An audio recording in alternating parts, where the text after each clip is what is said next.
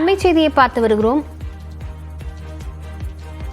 ஊட்டி கொடைக்கானல் செல்லும் சுற்றுலா பயணிகளுக்கு மே 7ஆம் தேதி முதல் இ பாஸ் வழங்க உயர்நீதிமன்றம் உத்தரவு பிறப்பித்திருக்கிறது. மே 7ஆம் தேதி முதல் ஜூன் 30ஆம் தேதி வரை இ பாஸ் நடைமுறையை அமல்படுத்துவதற்கு நீதிமன்றம் அந்தந்த மாவட்ட ஆட்சியர்களுக்கு உத்தரவு பிறப்பித்திருக்கிறது. ஊட்டி கொடைக்கானல் செல்லும் சுற்றுலா பயணிகளுக்கு மே 7ஆம் தேதி முதல் ஜூன் 30 வரை இ பாஸ் வழங்குவதற்கு நீதிமன்றம் உத்தரவு பிறப்பித்திருக்கிறது. நீலகிரி, திண்டுக்கல் மாவட்ட ஆட்சியர்களுக்கு உயர்நீதிமன்றம் இந்த ஆணையை பிறப்பித்திருக்கிறது. இது தொடர்பான விவரங்களுடன் செய்தியாளர் மதன் இணைந்திருக்கிறார். மதன், வழக்கின் பின்னணி என்ன? விவரங்களை பதிவு செய்யலாம். சுற்றுச்சூழல் பாதுகாப்பு தொடர்பான வழக்குகள் சென்னை உயர்நீதிமன்றத்தில் நடந்து வருகிறது. இந்த வழக்கு தான் இன்று மீண்டும் நீதிபதிகள் சதீஷ்குமார் மற்றும் பரத சக்கரவர்த்தி அமர்வில் விசாரணைக்கு வந்தது. அப்போது இந்த வழக்கில் நீலகிரி மற்றும் திண்டுக்கல் மாவட்ட ஆட்சியர்கள் காணொலி காட்சி மூலமாக ஆஜராகி இருந்தார்கள். அப்போது இந்த ஊட்டி கொடைக்கானலுக்கு எத்தனை வாகனங்கள் செல்லலாம் என்பது குறித்து சென்னை ஐஐடி மற்றும் பெங்களூரு ஐஐஎம் கல்வி நிறுவனங்கள் ஆய்வு செய்ய உள்ளதாக தமிழக அரசு தரப்பில் விளக்கம் கொடுக்கப்பட்டது.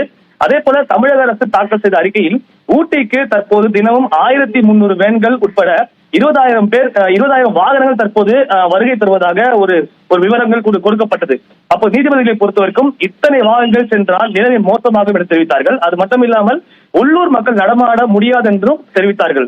எனவே இந்த சுற்றுச்சூழலும் விலங்குகளும் பாதிக்கப்படும் என்று தெரிவித்த நீதிபதிகள் ஐஐடி மற்றும் ஐஐஎம் ஆய்வு செய்து அறிக்கை அளிக்கும் வரைக்கும் ஒரு இடைக்கால நடவடிக்கை எடுக்க வேண்டும் என்று இன்று தெரிவித்தார்கள்.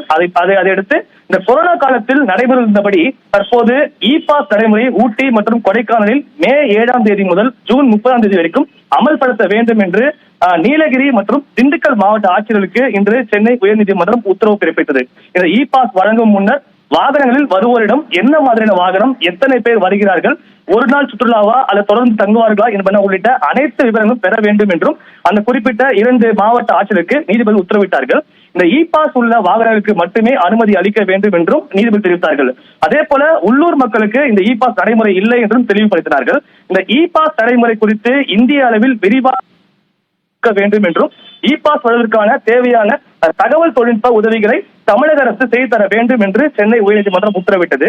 மேலும் ஊட்டியில் நிலவும் இந்த குடிநீர் பிரச்சனைக்கு தீர்வு காணவும் அறிவுறுத்தி இந்த வழக்கு விசாரணை மீண்டும் ஜூலை 5ஆம் தேதிக்கு தள்ளி வைக்கப்பட்டுள்ளது. விவரங்களுக்கு நன்றி மதன்.